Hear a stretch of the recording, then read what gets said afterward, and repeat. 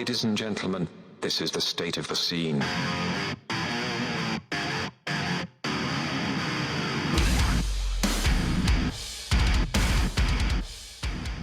Yo, what the fuck is up, Warped Tour? The state of the scene at SOTS Podcast on all social media. Sam here with Marcos. A cut cannot heal unless you leave it alone. I'll open mine daily, leaving bones exposed. Oh my God, is that a throwback? Kind of forgot that track was a bit of a banger. Well, listen, the He Who Must Not Be Named era has kind of been forgotten in its entirety at this point. Them Who Must Not Be Named. It's a little funny. We'll get into it. We're reviewing the new Of Mice and Men album today. Yeah. It's not out until next week, but while listening to that record, I finally realized that I don't associate any of the band's like to me, it is now this current iteration of this band. I forget that there were other eras. Yeah. Like you've moved on.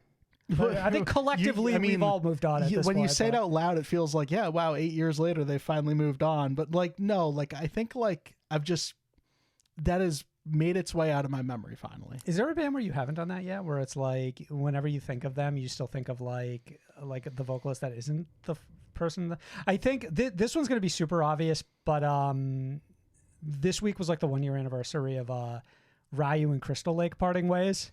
And it's so hard to not think of that. And that's nothing against like the new vocalist of the band now, whose recent songs I enjoyed. But it's like, man, trying to separate that band from like 10 albums worth of material is crazy. I wonder how long it'll take in a similar sense for like Thy Art Is Murder, you know? Yeah, I guess a while.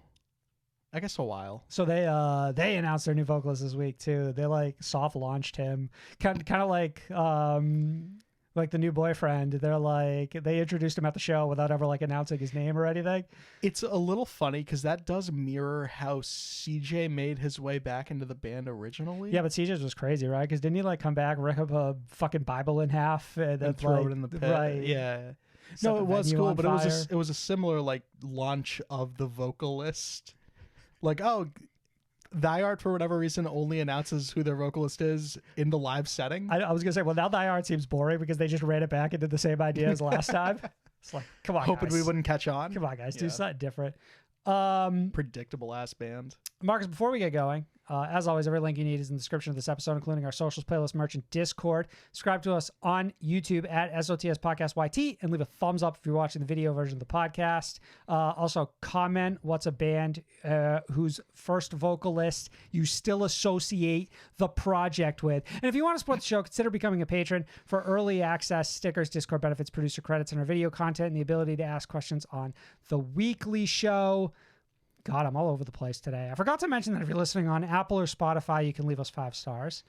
That as we're recording this, a brand new episode of A Friday Night Like This went live this week. And what is A Friday Night Like This? So that's our interview show, our program. Every Friday night we have a brand new interview. So last week we interviewed 0936, and this week we sat down with who? David Michael Frank. A Friday Night Like This with David Michael Frank.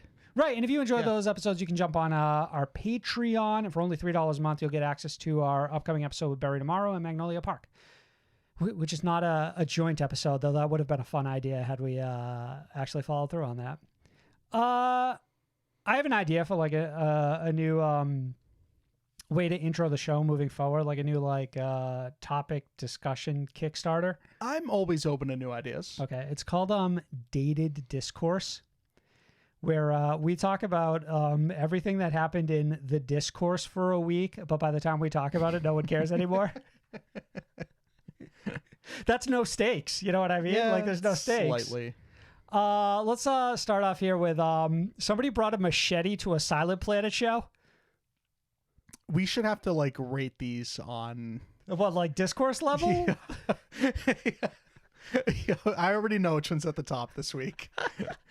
This one isn't. This one is, it's a fucking weird one though. So someone obviously got past security at a venue on Dayseekers. I don't know if it's called the Dark Sun Tour, but they're on a run with Silent Planet and Roxy, I think. Moxie, Moxie, the band. which features former members or a member of A Lot Like Birds. Yes, and I think they dropped the album this year, but I might be mistaken. Don't know enough about Moxie off the top of my head. We really killed that right there. Those like 6 babies. Listen, the Machete. Dayseeker, who are still a band. So the crazy Silent thing, Planet, who are Christian rock. the Machete into the show Yeah. is crazy. What's crazier is that this person managed to get side stage, at least for Silent Yeah, Planet what do you mean? set. How is that crazy? That's the most. Who's challenging the guy with the machete? Do you think like he lifts you up walk his right up shirt to barrier? like yeah. he's got a gun? That's precisely. You walk right up to barrier. Yeah. No questions Who's asked. gonna stop him? What I like about this is the idea that eventually they threw him out reasonably. Did they? Yeah. I don't know who did it. I'm guessing a guy with a bigger machete. Did he go down without a fight, or There were limbs lost in the Yeah. process. I just like the idea that we could escalate this, where it's like next Silent Planet Dayseeker show, I'm like, well, if they're gonna have machetes, I'm gonna have to bring my nail gun, right? right? You know what I mean? It's like everybody's starting to bring like protection to shows now. Let me see if I can get like a bazooka off eBay, and I'll just, I think the craziest part is like, who's in charge of security at that show? Who was just like tapping them down and did not feel the machete? You know what I mean? Is that like It's not even like a pocket knife, you know what I mean? It's not something that felt like you would overlook. Like the guy had like was it like a hunting like holster? right? Like, listen, for what it's worth, like venue security at the venues we frequent, they'll like look at like how I have. So I've got like the hidden key thing, that holder where you can sort of like pull a key out. Oh, right. And Yeah, they'll like peek their eyes in there to make sure I don't have a fucking 2-inch blade on me right. or a 1-inch blade. They're always disappointed to find that you have like a Pokemon card in there. It wouldn't fit. Somebody brought a dog to a Motionless and White show. This one fucking sucks. This is fucking crazy. So This I one believe sucks. this was their like hometown show, if I remember correctly. This Maybe may have- it could have maybe been. was. Who knows? Who cares? It's discourse. So, someone like they bring this dog in, and Kinda- they just they had it, like, over his slowly shoulder? throughout the course of the show make it closer and closer until eventually, like, they're not far from barrier. And a couple of things were noticed by fans in that this dog didn't seem to have Dog didn't know hearing, any of the words to any of the songs. hearing protection. Embarrassing. a bit of a fake. Their mosh game, terrible. Actually, if you could safely get a dog into a show, Yeah. having the dog in the pit would be a lot of fun. Yeah, you know, in a sense that, like, we assume that their hearing isn't permanently damaged for all eternity. It is, and it's awful. Right? I was just thinking, like, if I brought a dog to a show, I would train it to do, like, fetch me the set list. You know what I mean? Like, I would have him do Catch it, the like, drumstick. Yeah, that's Yeah. precisely, like, I would, like, get a little use out of Maybe, well, hey, maybe that's what this was, and we realized, guy found it the hard way. Dog wasn't that well trained. I feel like people were saying that, like, this is a thing that, like, can happen. Like, you can bring, like, a service dog to a show, but they're meant to obviously have, like, some sort of protective hearing, Right. not just, like, a raw dog the experience. Yeah. Yeah. Yeah. What? You feel me? This one's kind of general, but I think it started with someone tweeting, like, I was at the Motionless headliner and I was near the pit for Knocked Loose, and somebody punched me in the stomach and shoved me on the ground to get into the pit. And part of me is like, man, that kind of sucks. But I've, like, The other part of me- my expectations for shows and people's, like, just general behavior is at the floor. Yeah. Like you've like, moshers won. Like, do whatever you want. Like, I don't know what to tell people anymore. Blanket- They're fucking insane people. Blanket for discourse this week is just concert etiquette. That's Yeah, all this I mean, was. sure. Yeah, A lot yeah, of yeah. concert etiquette discourse this week. Don't bring a weapon to a show. Don't bring your pet to the show. Also, don't come to the show not prepared to get your ass kicked, dude. I'm not gonna lie, this is sort of the stories I was hoping would come out of Knocked Loose and Motionless finally throwing the phone. It's almost just like inevitable, because like you do understand that like when you start to mesh these different like fan bases together, and someone has like their first experience with what is essentially the hardcore mosh pit, which is maybe slightly less forgiving than the average mosh pit, and people are just like completely dumbfounded. And then they do the reasonable thing, which is come on Twitter and tweet it expecting it not to leave its target audience, only to find themselves be the butt of a joke for like 48 hours. You know what I mean? And it's like, what's also like slightly hilarious is like this never ending thing where people are like, Motionless and fans are like, and white fans are so fucking soft, and it's white like, fans? Guys, Motionless's white fans are so fucking soft. We gotta talk about the crackers in the Motionless and white fan. Yeah, that's base. precisely correct. And it's like this was a singular person, and we turned it into an entire fan base, and we do this over and over again ad nauseum, like every single week. It's like one person tweets something incredibly stupid, and they're like, man, fucking metalcore scene in Florida is absolute fucking garbage. You see these people? It's like it's a singular person. It's one guy or one individual. I think we should pair up the two Motionless and White Tour related stories. So next up we had Alpha Wolf, their vocalist. Wait, Alpha Wolf is also on the Motionless tour? Yep. Oh, I didn't even realize this. Committing a heinous act of violence, unspeakable terror, on a part of staff, like the venue staff, venue security. Yeah. Kicked him in the head, is what a Twitter user wrote.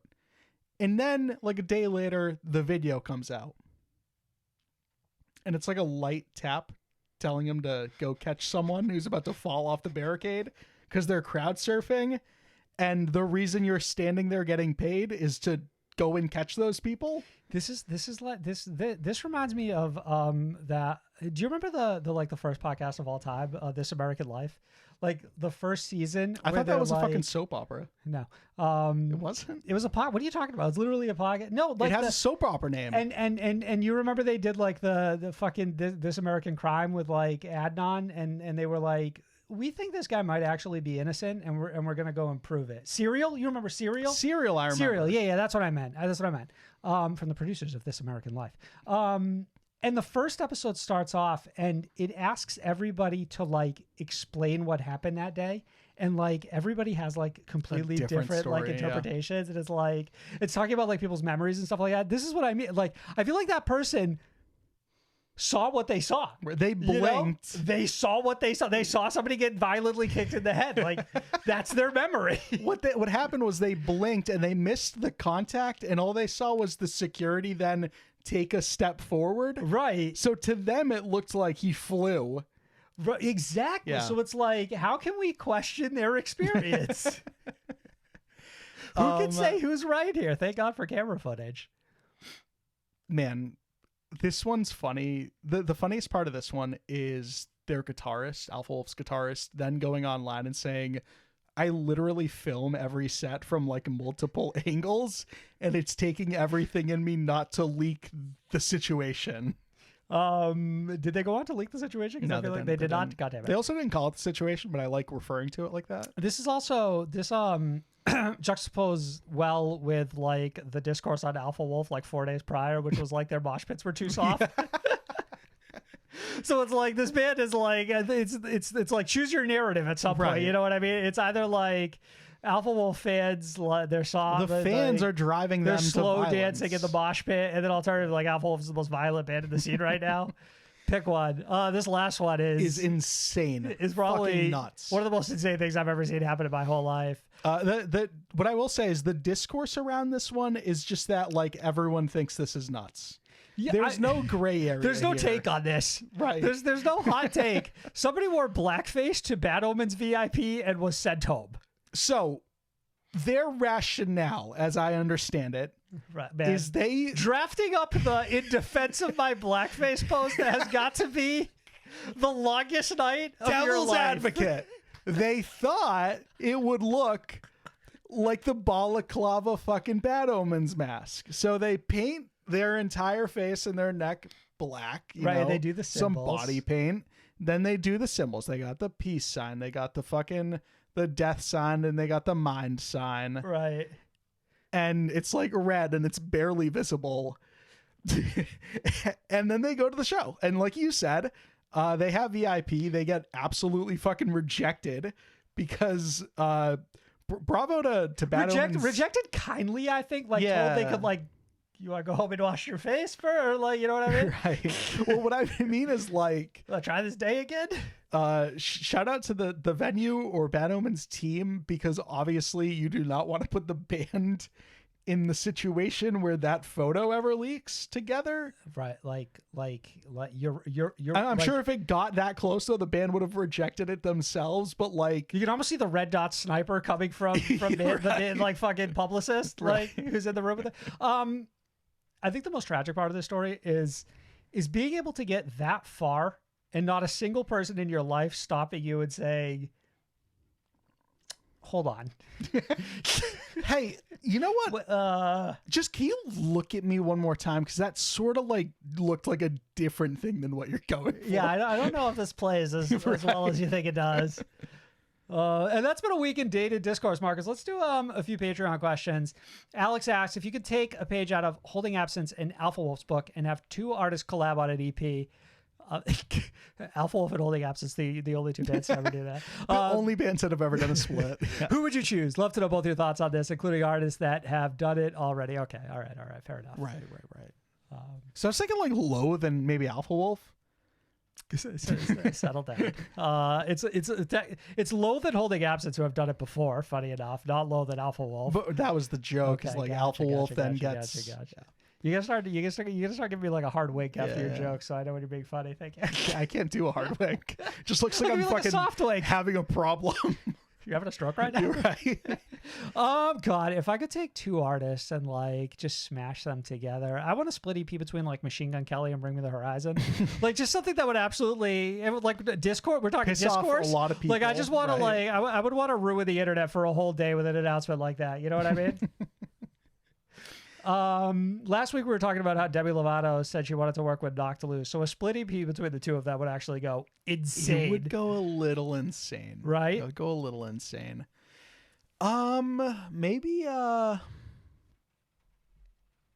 Maybe somebody like I want to say like Off-Road Minivan. Like I want like and Whomst Fit for a King. Okay, Yeah. sure. Wow, Fit for an Autopsy. Actually, Fit for a King, Fit for an Autopsy split called Fit For. yeah, fun idea. Very fun idea. Yeah. I like that. Okay, so any other bands who have slightly similar Or names like that we can, Autopsy like, King. like Barbenheimer EP together? Ooh. Right? There are. I mean, there are, but like none. I can't think of them, but there are. 41 182, which is like a sub 41 Blink 182 split. Just like the 5 numbers 41182. Melvin asks, which scene song released in like the last month do you think Megan Thee Stallion would play if she was about to go out for some hot girl shit? Lot to break down here, Marcos. All right. What scene song? Yeah. Released in like the last month. Yeah. Do we think Megan Thee Stallion would play if she was about to go out for some hot girl shit? I don't even Actually,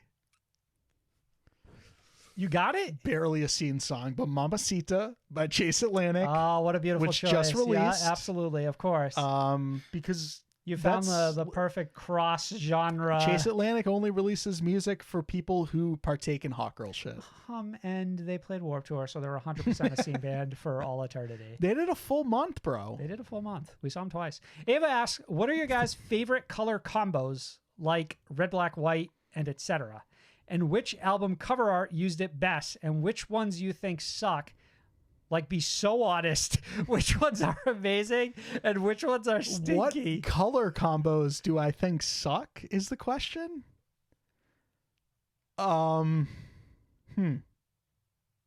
trying to think of like album covers I like, and if a single one is like a color, I like you posted this today, which is why I'm thinking about it, but Dark Sun I think is like a beautiful like color palette, but that's not like a color combo, you know what I mean?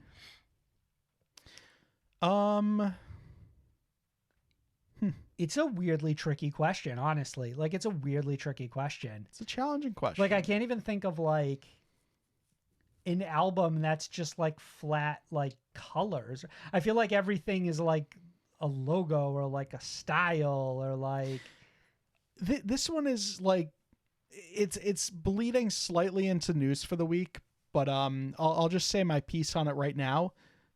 The artwork for the brand new Neck Deep album is beautiful. fucking gorgeous. Beautiful. And it's gorgeous because of like the unexpected colors they sort of chose for it. It's just vibrant. Like, there's so much It going on. explodes. Alternatively to that, I think I would say, I guess now that I think about it a little more, like maybe like the Three Cheers for Sweet Revenge art were like black and red, I guess.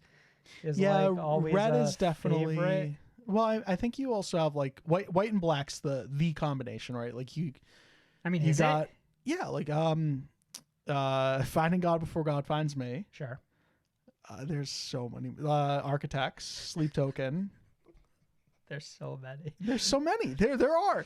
So that Bad Omens one, the Architects one, there's fucking the main album, which I think is just like their black logo. the main on album. white. Thank you very much. The first Sleep Token. Yeah. That's a classic. That's always gonna hit. We just mentioned them. Off-Road Minivan. That artwork looks gorgeous because of the color scheme. I don't know. It's just something about the word like color combo that I feel like I'm meant to like think of a certain albums that are like color combinations specifically, but Well, you got Puke Yellow and Black, the new Metallica. okay. I guess I kind of hate that, to be honest. Yeah, with it looks. It's I'm like not into highlighter yellow. It looks terrible. Might have to circle It's back to this nauseating. someday. We checked some albums out this week. The Breakdown. Yeah, starting with Tether by Of Mice and Men.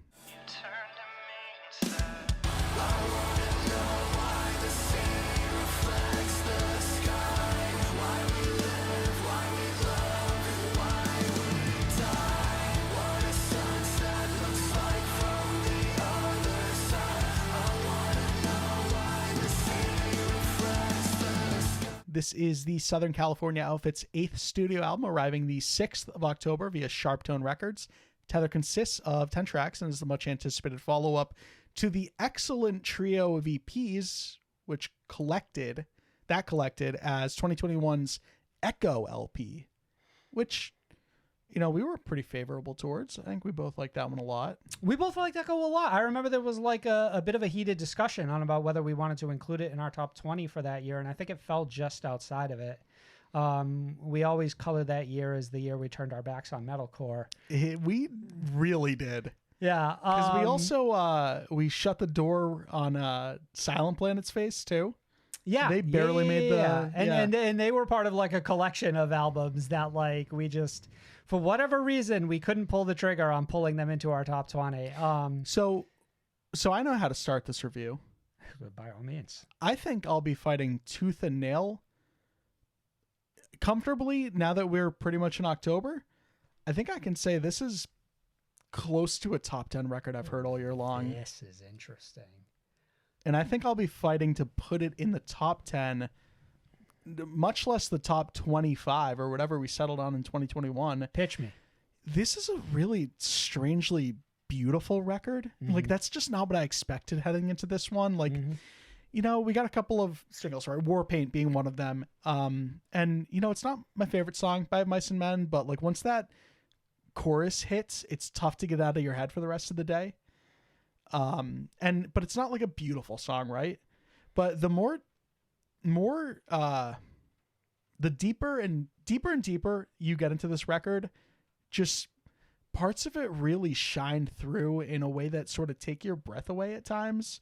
And it's not because it's like, oh, that breakdown puts you on your ass or whatever. Though there but, is like, one or two moments of that for what it's worth. Sure, actually less, much less than on Echo. Like at some point, Significantly less. the reputation in my head, like the headcanon for Of Mice and Men, this era that they were in with Echo, was that this was a band that was just really heavy again, and they were the masters of the buildup, right? I just thought all of their breakdowns exploded, and they've sort of flipped the narrative on this one, and not in a way that like Of Mice and Men has gone soft, but that wasn't the approach on this one. It's just what I mean by that. And I ultimately feel that there was a decision to head in a slightly different direction. I think that in a sense, it almost feels like Echo is a height of what this band can accomplish, just strictly being a heavy metalcore act. And I think this was a pointed decision to not do that album again. You know, because it felt like Earth and Sky to Echo were just too like, this band sort of like cementing the fact that like, you know, boys are back. Like, yeah, we can do this heavy shit. And this is not that. This is a turn. In my mind, it's almost like Defy, Earth and Sky, and then Echo were like part of a trilogy of sorts, where Interesting. it was like this band's sort of reimagining themselves. And I think Echo was sort of the peak of what that sound could be. Defy was first with Aaron Pauley as the only vocalist, yes. Right. And before that was Cold World, right. which still had both, sorta. Sort of. But yeah, I think in my mind, the last three is a trilogy. This is like sort of starting out on a new path, and it's one I'm really favorable towards. Like I just really, I don't know, it really speaks to me. I'm with you to a point where I do agree with just about everything you said. I think that it's just weird sitting here and telling you like, man, look forward to Shiver, look forward to Indigo. They're some of the prettiest metalcore songs I've heard this year. It's just a weird thing to say out loud. I think the biggest thing, and you said it right at the top, is I think that this sort of circumvented expectations in a way that made it sort of a little more exciting. I think that it sort of shifts away from just being intense to maybe having a sort of like richer, fuller sounding instrumentation.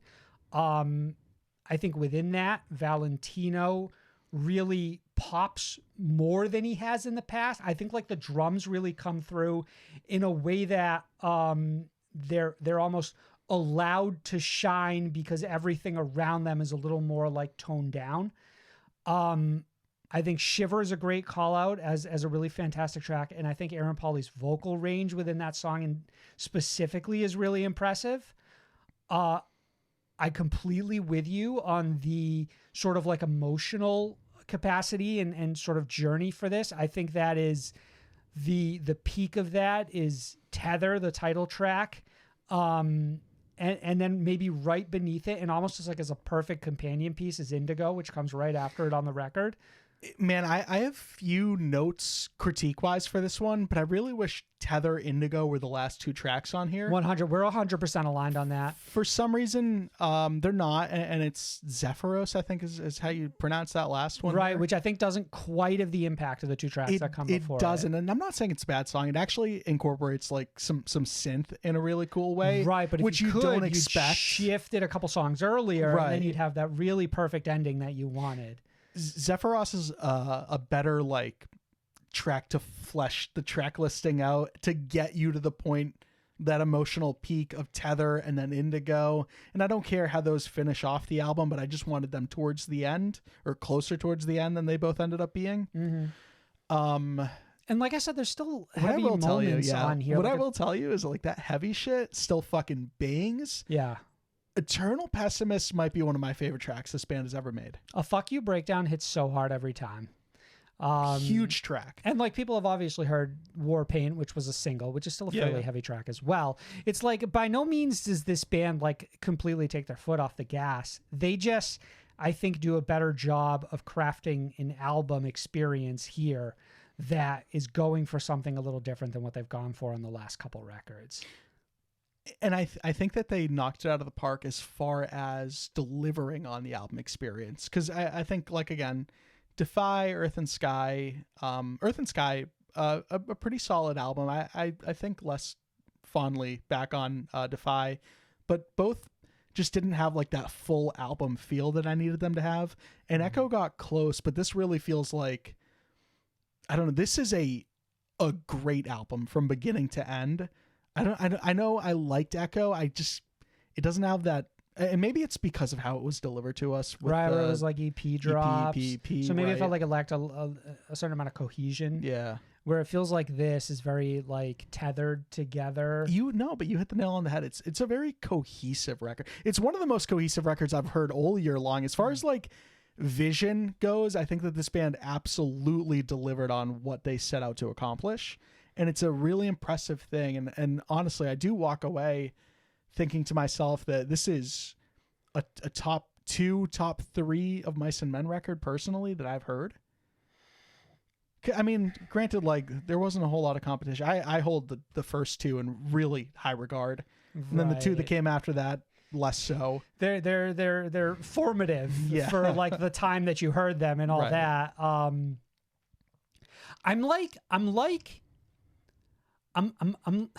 like one step below you. I'm like almost there with you. I think that. I don't know. I was sitting there after listening to this album a couple of times just thinking to myself, man, how many metalcore albums have I heard that just sort of stuck with me like this one did? And there's been good ones all year long, don't get me wrong, but just something about, I don't know, Mice and Men just feel hungry here, and maybe that's one of the difference makers. And I walk away from this one and I think to myself, it's one of the best metalcore records of the year, meaning that is so long as the year's not 2021, this is going to rank pretty highly for me personally. I don't know if hungry is the word. I almost feel like they feel focused. I like that better. It feels like a really well considered record.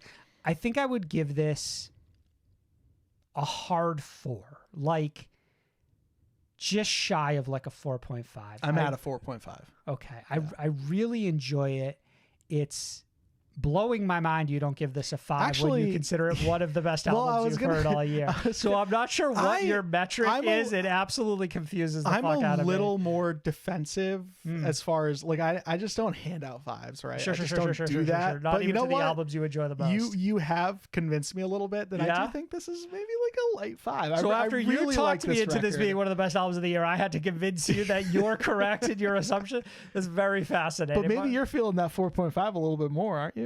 I think I need more time with it. Okay. I feel like I don't want to write it off. I think if you've convinced me of anything is that I should continue to spend a little more time with this record and see maybe over the next couple months if I do feel the same as you do. What else do we check out? Would You Miss It by Koyo.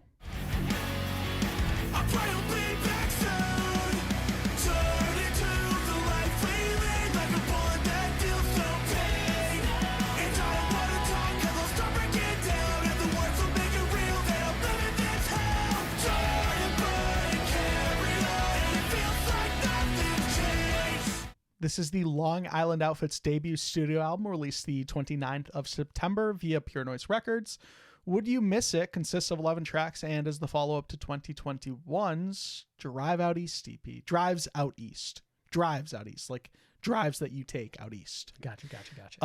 This band was originally named The L Word. It was after a song by the band Silent Majority, who I feel like I've never listened to them. I got this off their The Wikipedia. name is familiar, but I don't know that I've ever checked it out either. Before they decided to change the name to Koyo, and the reason I bring this up, that stands for, it's Japanese, the term for the colors of leaves changing in autumn.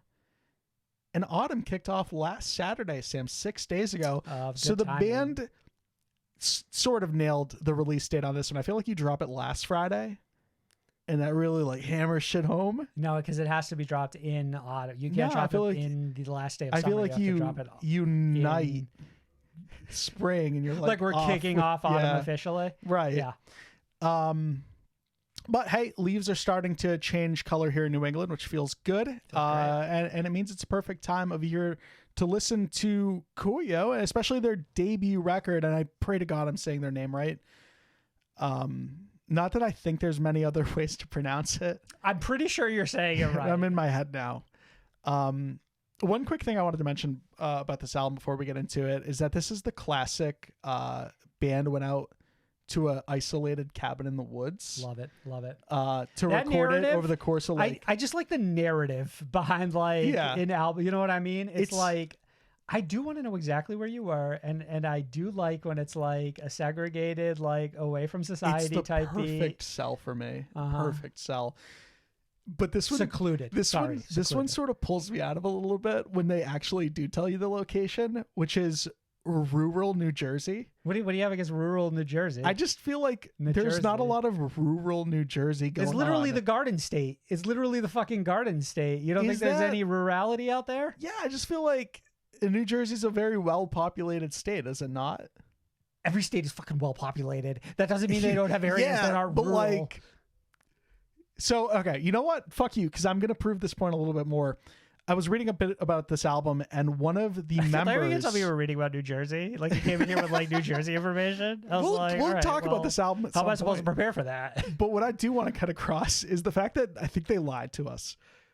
Because they talk about how one of their members had suffered, like, a really brutal ankle injury on stage one day, and they'd been recovering through that during the recording process, and they actually wrote a lot of material on this album while in that wheelchair. And then they mentioned that, fortunately, they had a physical therapist about a mile out who would then, like, they would be able to go and spend time with that physical therapist and get that PT in before coming back and getting more reps in. Why is your physical therapist a mile away if you're in rural New Jersey? I think nothing around for 30 miles. I literally these band members could kill each other and no one would find out about it for a year. We're so off the rails here. I need to know what the are you word. looking up? I need to...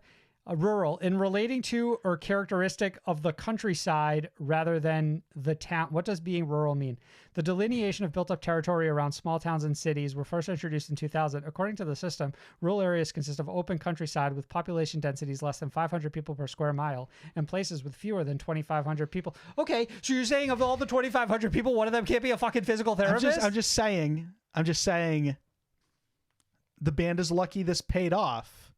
Because if it didn't, I would have pointed towards the fact that they weren't in a rural location. And that they had lied. And that things would have been better off had they spent time in a camp in fucking rural Minnesota, where I would expect there to be rural areas. I do love... Or Minneapolis. I do love the idea that a band would lie about the recording process. It's so fucking funny, actually. And we find out that actually they were in LA for the recording of this entire album. That's the classic, when the White Noise broke up, they revealed all their secrets, which was what they weren't from LA, they were from Texas. Yeah. They didn't write their songs, someone else did. Yeah. I think those are like the two big ones. Those are relatively important. Do you like this album? How do you feel about this one? Well, now that I know the whole recording process is a sham and a lie, how do I feel about this album? I feel like you're jumping too far in for me. Yeah, it's fine. I always do. Like, I feel like you jump to the end. I'll start. 3 things I know about this band. Liars. I know about their name.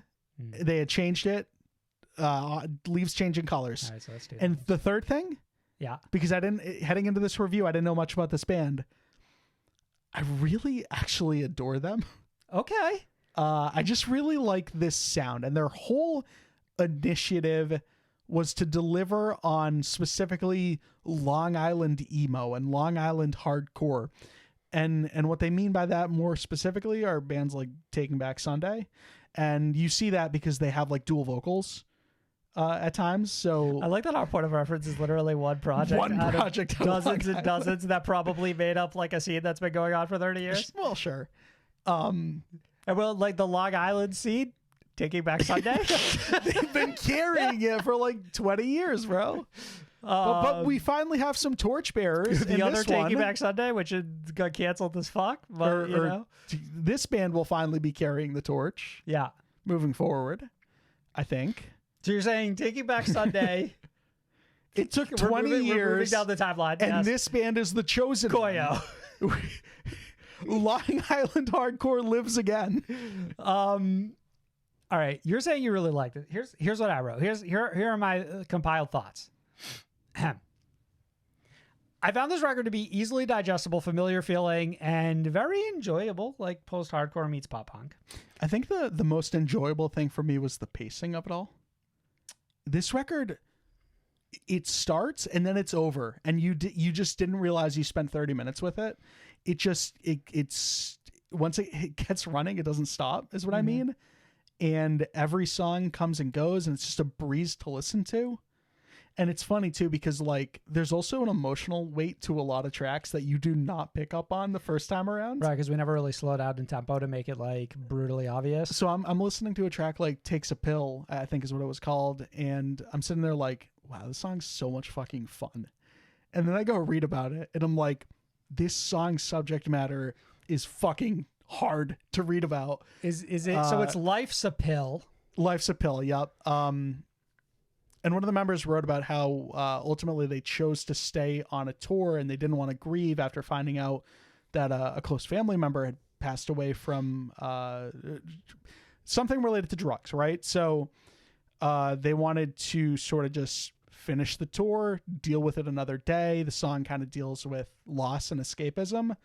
But the first time around you hear it, like there's like a line where it's like 12 straight states away from decay, and I'm like, fucking bars, this shit goes crazy, not realizing what anything else is talking about. Right.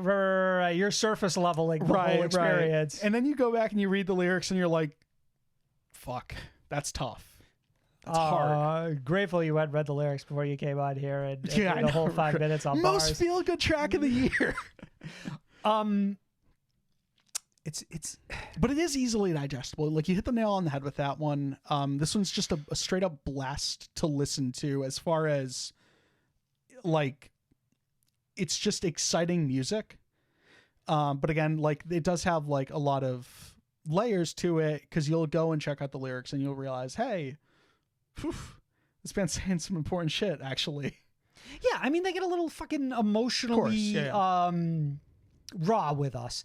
So you talked about this a little bit earlier too, but there's so this band does a little bit of like, and I don't necessarily mean this derogatorily, nostalgia baiting, which is to say that they're very good at like eliciting the sound of bands I associate with like my youth. I'm throwing a flag on the play. What? I'm throwing a What's flag the on flag? the. We love when bands do this shit. Yeah, I'm saying, I'm not saying it I'm just pointing out what it is that they're doing. So why though? Why are you pointing this out? I'm pointing it out because it's my way of saying that, That's like, their sound. in a sense, I'm explaining why I'm a mark for this. Got it. You know what I mean? So it's like, because when you're saying this is a biased review. when you do early Taking Back Sunday, when you bring in features from artists like Vinnie Carana from I Am the Avalanche and Daryl Palumbo from Glassjaw and Head Automatica, you've slightly already got me. You know what I mean? So it's almost like you almost don't have to put it. I'm not saying they don't put an effort. I'm saying you almost don't have to put an effort, because you've sort of figured out a way to win me over without like really needing to do much else. Because as soon as like these features come in, I'm like, it's good ass shit.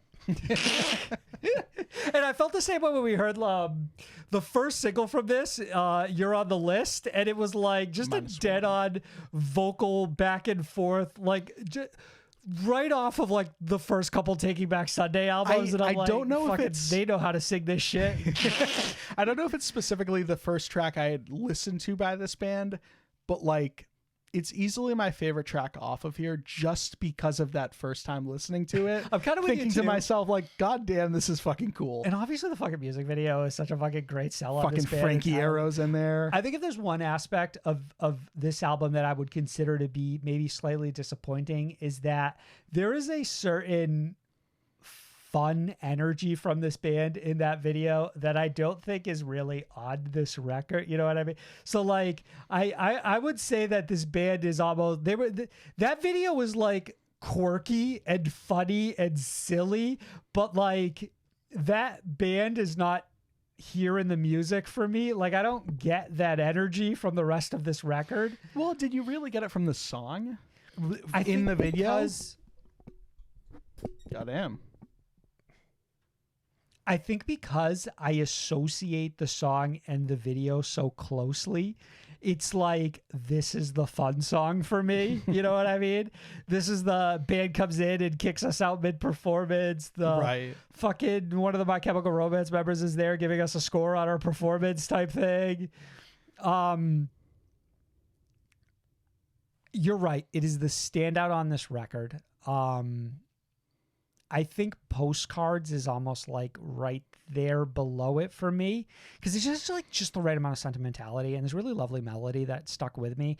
And when I got over like my expectations of what I thought this might be, and just sort of, you know, listened to it a few more times and drank in what it is that the band had crafted here, I think I ended up sort of like leaning harder in the direction of like these more like emotional tracks that they had. Yeah. That being said, I also fucking love the Anthony feature, Anthony from Vane, who like really fucking spices up Flatline Afternoon. I was going to mention that as a standout for me as well. Yeah, I think it's one of those cases where it's like, it's really the only song that has like sort of like screaming verses, so it pops a little bit more. We didn't mention, by the way, this band is made up of they're supergroup-esque, where they're made up of like a bunch of other bands within like the whole scene. It's taken different forms though, because I think this band started off. This is a younger band. I think they formed in 2020. They started off with a member of CU Space Cowboy who's no longer in that project, and that's the big one for me that I see. That initially would be the standout one, but all of them come with a name. You know what I mean? Yeah. It's like all of them are attached to like a different project. Well, honestly, I really. For what it's worth, go check out this band's like Wikipedia page or something. It was like, interesting. Or their bio page on Hopeless, or not Hopeless, Pure Noise. I did like reading up on them because it just felt very genuine. All of it felt very genuine. And one of the reasons I mentioned this is there's a part where they're talking about, you know, all of these guys just wanted to come together and make, these 5 guys wanted to come together and make music. But like, it wasn't just this project, and like other projects stemmed from this, and some of them didn't stick, but that was the whole point, is they wanted to see what did stick. So it was just 5 creatives getting in a room and trying to make something happen. And eventually this was born out of that, but it's cool that like it just could have easily flamed out, and it didn't. Yeah, no, it honestly has done the opposite, because I've seen a lot of praise for this band throughout. You know, we're recording this on Friday, the day it dropped. If there's one thing that I think is exemplary on this record, it's the lyrics. For sure. And I pulled 2 particular verses out of the entire track listing. The first one is from your On the List. And it goes, "So hurt me, really work me, do as you please, and then promptly desert me. It's pointless to pry at the feelings inside, because I'm a jaw to the curb in your eyes," which I like, for me, is such a like visceral line. Yeah. Like the being able to picture exactly what you're saying. It's just such an apt metaphor for this like emotional like release. And maybe that should have, this line in particular, been my giveaway that this maybe wasn't a fun little goofy band, like the music video led me to believe. And then the other one is from What's Left to Say. It goes, "I'm terrified to let you know about the lump choking out my throat. Those 3 words that went up in smoke. Can we talk?" And for me, it's almost like that. Somehow that almost hits harder than the jaw on the curb line, because there's something that is also equally visceral about being able to just sit there and like think about an experience in your life where somebody has gone, "Can we talk?" Right. And like, it's the exact same drop in your stomach feeling every fucking time. Like, just fucking air gets knocked out of it. Like, anxiety just, it's the getting a call when you like don't expect a call and saying a name up there and like starting to get worried. Like, It's crazy good shit. It's a crazy segue though, because I was hoping we could talk actually about the future of the show. I'm gonna throw up. For me, this is like, I'm gonna go like a soft 3.5. Here's the thing. Right there with you. I'm right there with you. This is an amazing proof of concept, but I think Koyo have a much better record in them. Like, as far as like, I think this band could write something fucking insane, like a top record of a year whenever it eventually comes out. But like, I don't think this one is exactly the one for it. But I really like this band. I really enjoy them as well, and I'm right there with you. It's like proof of concept. I think it's strong, but it does feel like there's just like one or two things missing in here. Like there aren't quite enough songs that I really loved. You know what I mean? Like I didn't find myself super attached to too many songs. I felt like I loved so much of this record in bits and pieces, like this single, this feature, this lyric. Yeah. Like I felt very all over the place, but as like a full thing, it felt a little, maybe almost too easily digestible. You know what I mean? A couple songs like bleed into each other for me. Yeah, and maybe I needed like some more extremes. You know what I mean? Yeah. I will say that, just like one final thought here, I think a really great for fans of for this band is Can't Swim. They feel almost 100%, identical. 100%. They both feel like they're going for almost the same exact thing. Like they don't have like the same nasally voice that's in Can't Swim, but it feels like they have the same like mentality, like about like their approach to the genre and stuff like that. And like the music sounds the same, you know. Mm. Marcus, we listened to one last record this week. The Above by Code Orange.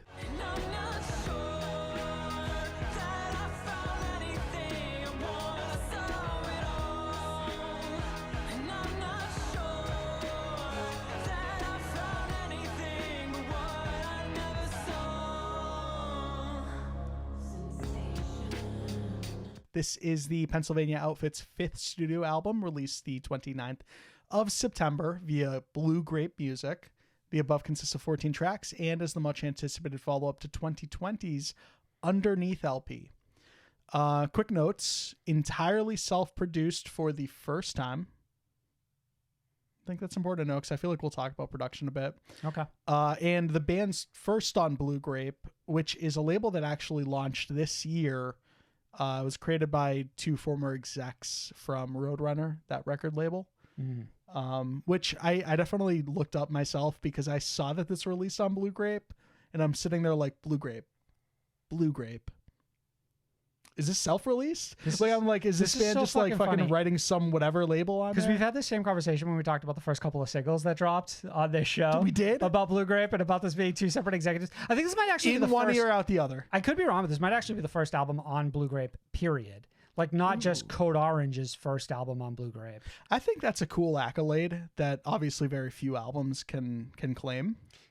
I mean, I think it's also interesting to have a band from the label you were on sort of come with you and like be the first project on your label. So obviously like you have to assume there was like a strong relationship between them to begin with. Totally. Underneath, what do you remember about that one? Next to nothing. I remember I really liked that lead single and the music video is really cool. And then everything else is a fucking blur. It's just exactly that. I just don't think it really stuck with me in any capacity. Code Orange feels like one of these bands where I was told a lot about how great they were and never quite was able to feel the same way as everyone else. It's one of those things where it's like, and I have this experience a lot. I remember going into like Knocked Loose really early on and having everyone tell me how fucking amazing this band was, and I listened to it, and it just didn't click. You heard it here first, ladies and gentlemen. Sam was the first to hear Arf Arf and stick his nose up. Yes. And then, later on, I would sort of like grow to really admire the band and then go back and like be able to enjoy those records. But Code Orange is one of those ones that I've always struggled with, where it feels like the accolades came early and often for this band, but they just never quite like were attuned to my personal sensibilities. You know what I mean? Honestly, for like 8 or 9 years, they were like, I remember This band is Grammy nominated. If they were not Grammy mistaken. nominated Yeah. before we even started listening to them. I think Somewhere in like I Am a King mix. from 2017. I thought, Oh, it goes back that far. yeah. Okay, so yeah, maybe that is the case because I feel like we came in on like an EP that was kind of like nasty and gritty, and I want to say that was the first time we really talked about the band. But that would have been like 2019 or something. We were right on. Yeah, the cusp. but Sam didn't fuck with them when they were I called didn't. Code Orange Kids, and then when they changed their name to just Code Orange, Sam said, "Fuck that." The point I'm getting to though is that leading up to the release of this album, you know, especially around the drop of Take Shape featuring Billy Corgan, there was a lot of The lead people single who off of right, this one, were I think. up in arms about this band changing their sound. And every time a band changes their sound that I never totally fucked with to begin with, I start licking my lips because I was like, it's my time now. Yes, sir. All right. Yes, sir. And honestly, it's accurate as far as how that plays out, because I see the hate for Take Shape, and then I listen to this record, and ultimately it's one of the songs I'm most fond of. And it's the biggest standout track. Yeah, funny enough. All right, so right from the jump, this band does a really good job of like establishing an atmosphere and like an ambience. So that's sort of why I wanted to highlight the fact that this is self-produced, because we do not miss a fucking step. I remember, if No. there's one thing I do remember about Underneath, is that like production-wise, the layers that this band puts into their sound, like what they invest into really building their atmosphere and building their image and all that, like it's a lot of production work, and they pick up right where they left off with that last record. What's crazy is that I think it's never sounded better. So all the credit in the world to this band on the fact that it is self-produced. Yeah, and there's a lot happening. Yes. It's especially Never Far, but like you're right. Like we really just get right into a lot it. happening. I think that so it's incredibly stylized, right? And it never really takes its foot off the gas in that sense. And it's really I wouldn't say that every song is compelling. I'll say strongly that they aren't. Can I tell you what specifically loses me on this project? All right. What I want to say is that I even like love or hate this album, I always found it bizarrely fascinating. I don't disagree. What I will tell you is I am 20 times more engaged when this band isn't doing something heavy. I also felt the same way. I felt the same exact way. But I don't know if that's a problem with the band was being heavy, or a case of the heavy songs were stumbling in other aspects that made them fall flat. So, so what I guess what I mean is like take one of those aspects. The screamed vocals, I much prefer when we're just delivering like some really weird, like the delivery's weird or something, as opposed to screaming the vocals from our main vocalist. Take Shape's a good example, right? Yeah. Like Take Shape being like everyone's like point of reference. It does exactly that, and there's more of that to be found on the record. And then you do something like The Mask of Sanity Slips, and I'm just a little bored. I'm not gonna lie. Such a perfect choice of a song to use as the example, because it's like sometimes for all this album does, like for how creative it can be, it's still weirdly bland at times. It's like they don't need to be. You walk away from it and it's like they don't need to be doing all that for this song, kind of thing. You know what I mean? Well, it's like this is not a song where they need to be doing all that. It does, like, you can start to kind of poke holes in things where I look at like the 54-minute runtime or whatever this is, and I'm like, man, this band could have released a flawless 30-minute record.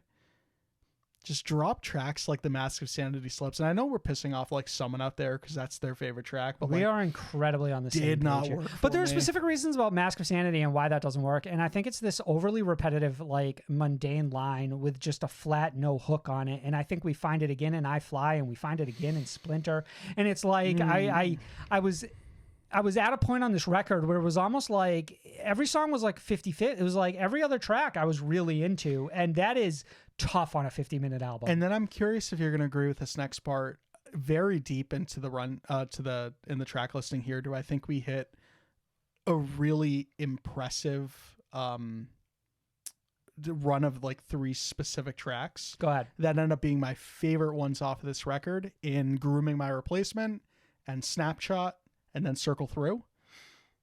Incredible 1, 2, 3 punch out of this band. But like, man, if you're not feeling a lot of the tracks like 1 through 9, I could see a lot of people clicking off of this record. So to have those 3 so deep is what I mean. It's like, man, cut 4 or 5 tracks off of here, and this record is fucking insane. Specifically, keep Grooming My Replacement, keep Snapshot, keep Circle Through. Those are the best tracks on here. Snapshot, I think, might be my favorite track this band has ever written. And one of the main components as to why, and we haven't talked about them yet, but Reba is fucking... I love the contrast between the vocalists in this band. It's really strong. It's like one of my favorite ones in the scene. Yeah, and you don't get nearly enough of it, which maybe makes it feel especially special when it does like rear its head on this record. Well, to your point though, it's like, man, when Reba starts singing, that's when I'm paying attention. Mm-hmm. Like Never Far Apart, like we start with some really cool like production tricks and stuff, and then Reba comes in and suddenly I perk up in my chair and I'm like, oh shit, no, this is why I mostly fuck with Code Orange. I am almost upset the album starts with that song because it sets up an expectation that it never really fully delivers on for the remainder of the album. It's so strong in its intro and then so back and forth on everything after that. What's interesting about this record is that like it has a really chaotic structure, and like the tempo will shift dramatically, like not only within an individual song, but like from track to track. But it does this really impressive thing where it's able to like maintain a really seamless flow in spite of it.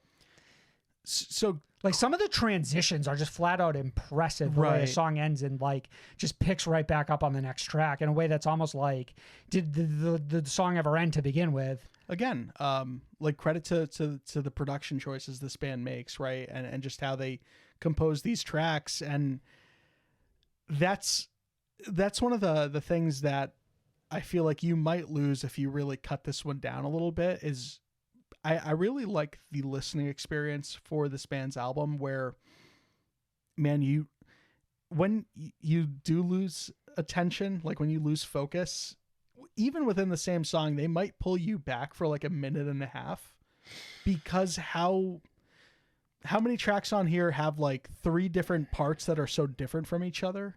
I agree with you, but I feel like we still end up in the same place where it's like it's not enough to redeem it. I don't disagree. If you're listening to this record and feel strongly that a third of it is sort of bland and forgettable, then we have a very significant problem. And I might not have the solution, but I can tell you from my experience listening to it, listening to this album feels like a slog. Because you go just like whiplash from like being thoroughly impressed to just sort of dreadfully bored. Yeah. And it's what's baffling about it is that like in a lot of ways it's strange that it happens at all because like it's not like the band changes stylistically in a way that's like they're not. It's like every song really has like this really strong ambience and the vocal delivery might vary, but like not so dramatically so that I feel like I'm listening to a different vocal take every song. You know what I mean? Yeah, there's not really much on here where when I'm listening to it, I feel like I'm listening to a band that's not Code Orange. Like at the end of the day, it all very much still falls under the umbrella that I understand their sound to be. It just feels like we committed to keeping things that I think would have been better off left on the cutting room floor. No, I think we're aligned on that one. I do want to circle back to those 3 tracks I highlighted. All of them are still very different from one another. Like Grooming My Replacement to Snapshot, those are 2 very different songs. I mentioned really enjoying Reba's parts. The final like minute of this song where it's just Reba sort of doing some storytelling, which is essentially like leading someone into a room and then torturing them and shit like that. It's very surface level, but it's insanely how like gripping that like sort of like little bit of like creative production can be. Yep. But Snapshot is arguably the song off this record, right? Like just the instrumental's really strong, like the vocal delivery is incredibly compelling, and all of that production work like really shines through in that song in particular. Grooming in My Replacement is interesting because I don't remember you saying a single thing when this dropped as a single, so it's good to know that like when sometimes I just don't be paying attention. I don't know. I'm not gonna lie. It's just fascinating to me that it really jumped out for me on this record, because I think that one in particular didn't really hit for me. Like Snapshot, I'm with you on 100%, but like The Game and Grooming My Replacement came out as like Honestly, back-to-back single drops. Part of it is I think I do not fuck with The Game that much. So like at that point, I've heard like I Fly, Splinter the Soul, The Game, and I think I'm out on this record. And then Grooming My Replacement does something different. And also just the line, hearing someone say fucking, I'm grooming my replace, like just those words are so fucking insane lately. Right, that, like, that visceralness. Right, yes. that like you can't help but like lean in a little bit, like, huh? Yeah. Where are you going with this? Come again? Right. So that song definitely pulls me back in, but then again, Snapshot just fucking blows everything else out of the water. And then Circle Through is a similar, slightly similar song to Snapshot. It just has like a good like melody of sorts. And then we go to But a Dream, and it slightly loses me again. I do like the closing track, which is the title one on here, title track. I don't think you were hard enough on But a Dream. I think it's absolutely fucking brutally dreadful. Didn't fuck with it much. It's such a boring chorus, and it's just like there's so many of these songs on this record where it's just like, man, what are these B-sides doing on here? Like, why are we giving them the respect that the other songs on this album do deserve? You know what I mean? Like, they should not be standing on the same like level of like I don't give them the same respect that I give other tracks on these records. It is funny because you're right. This is essentially 1/3 of this record is god awful. Another third is a stroke of genius often, and then the other one is just like sort of in the middle between all that. So ultimately, for me personally, this ends up being just like a 3.5.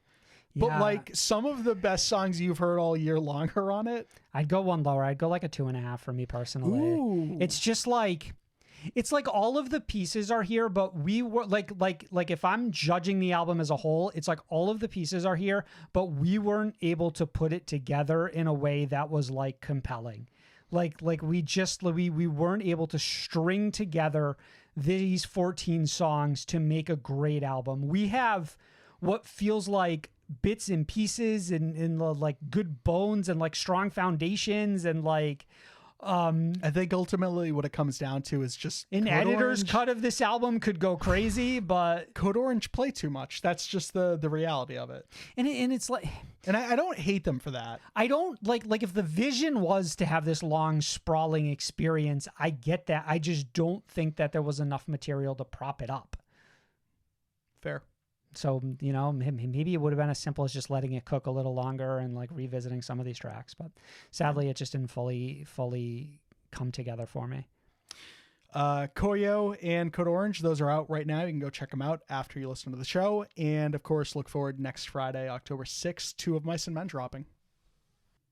As always, the news is brought to you by Shibori Threads, the clothing label of the alternative music scene.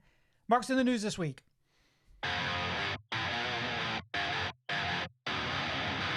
The news. Live Nation have announced the On the Road program, Marcus, the following per NME. Artists who play Live Nation owned and operated clubs will now keep 100% of the profits they make from merch sales, while they also benefit from a $1,500 €1,223 equivalent stipend to help with the cost of fuel and travel. Both headliners and support acts will receive these stipends. There's been some pushback to this. So post-announcement, it appears that based on what people are seeing, the program will exist for a limited time and only applies to select venues. So this isn't like some sort of flat merch cuts have been killed. Every band gets $1,500, so on and so forth. Well, I mean, you say limited venues, right? Live Nation owned venues. But I think it's even limited within that. Like, I don't know if it's necessarily every single Live Nation venue. This is the impression I got Okay. based off of some feedback. But I'm not positive. I guess the reason I mentioned that is I think it was more just people being surprised at which venues may not be owned by Live Nation. Like there was like one in Florida, and you're right. Like that may be Right. There was one in, I believe, Connecticut or Massachusetts as well, which would be our Connecticut area. was the Dome, the Oakdale Theater. Okay. Yeah. Which I guess came as a surprise because I was under the impression like something like Webster Hall might be Well, I a would Live fucking Nation know, venue. right? Like I would have fucking no idea unless somebody like flat out told, like unless it says right outside the building, Live Nation presents the fucking Dome or like the House of Blues or something Listen, along those hey, lines. It's like 2 wins this week. what's the second one? The Writers Guild. They won. Yeah. The bands protesting merch cuts. They won. Big, Okay. Big. Live big. Nation. Turn that L into a W. Live Nation. So this just feels like this feels feel good to you. This feels like straight out the gate. To a degree, I think there's a lot of people bringing light to what you mentioned, like limited venues, right? Only lasting for potentially only the next 3 months until the year is over. Biggest part of this is I'm under the impression this was inspired by Willie Nelson. And Yeah, this is like in partnership with Is this Willie how Nelson. I'm finding out Willie Nelson wrote On the Road Again? Oh my God. No, I don't even know if that's Is true. that a song? On the road again? Can't wait to be on the road again, right? Yeah. But I don't think that's a Willie. Is it?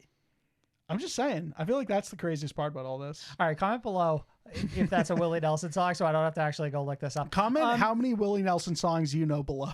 I mean, so like there was some like push, like independent promoters were like arguing that this is like specifically a tactic that's just going to squeeze them out entirely. So essentially, Live Nation's like, for 8 weeks, I'm not going to take a merch Right. cut, and then these venues go under, and then like smash cut to week 9, and then So- like merch cuts are back. I think there's a lot of clarification that does still need taking place because I was under the impression the limited aspect of this all had to do with the gas stipends and not the merch cut. Stipends? Yes. Fuck!